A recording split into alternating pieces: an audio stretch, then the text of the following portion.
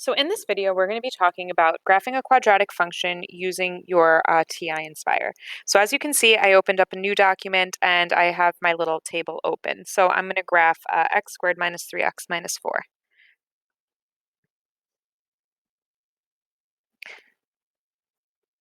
Okay, so the first thing we're going to do is we're going to give a list of meaningful points for this guy. So to do that, on the TI Nspire, you can pull up a table by pressing Control T. And so now we have a list of meaningful points. What I'm looking for when I'm graphing a quadratic equation is its axis of symmetry. So you're looking for in your table kind of where your items are matching up. And you can kind of see it here. If you look, I've got 0, and then on the other side here, 0.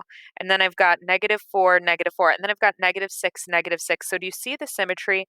That means that my vertex is happening right over here, right in between actually 1 and 2. And it's going to happen directly in between 1 and 2. So that would be at 1.5. So when I make my table of meaningful points, and because I only have this space, I'll go horizontally. So let me pull a couple of points. I'll start at -1. So -1, 0, um, 0, 4, -4, 1, -6. I'm going to skip a spot.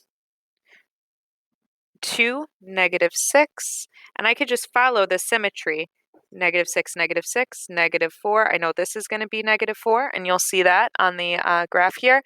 And then I'll also grab 4, 0. Okay, so you'll see again, one more time, I can't help myself.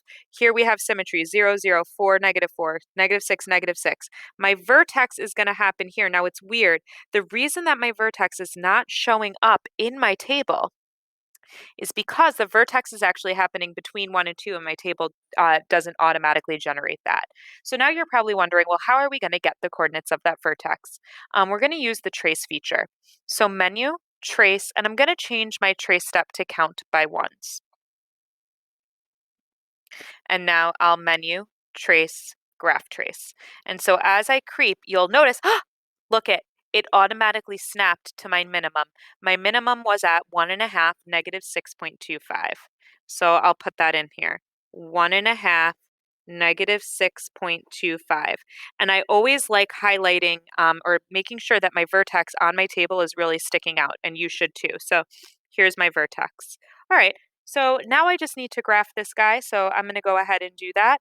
-1, 0, 0, -4, 1, -6, 1.5, -6.25.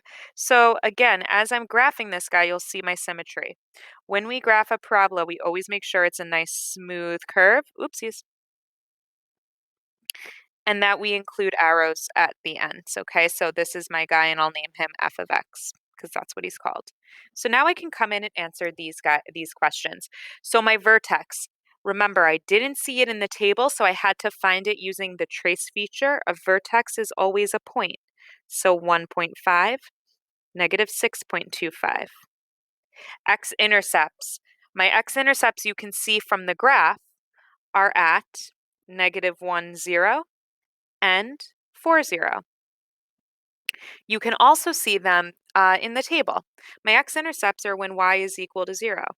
So here they are, here and here. Oh, these colors are gross. All right, y-intercept. A y-intercept happens when x is equal to 0. So let me choose another color here. So you can see the y-intercept on the graph, but you can also see it on the table. So my y-intercept is at 0, -4.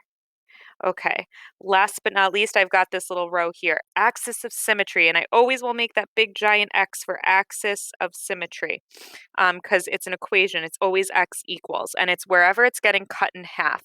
It's my X coordinate of my vertex. So in this case, it's 1.5. And again, that axis of symmetry is the X coordinate of my vertex. Range. Range are my y values. And when I look at this guy, I know I have the lowest point is 6.25. The lowest point is 6.25. So now I have to decide, are my y values bigger than 6.25 or less than, Well, they're all above, so it's going to be greater than or equal to. Last but not least, f of 2. Well, the guy's name was f of x, but we've replaced x with 2. So that means when x is 2, what's my value? So you can do this a couple of different ways. You can look at the graph and go over to where x is 2 and get your y value, or you can look where x is 2 here. When x is 2, my y is -6. So what we're trying to do here, guys, is we're trying to make connections between what we see in the table and what we see in the graph because they're all connected. I hope you had fun.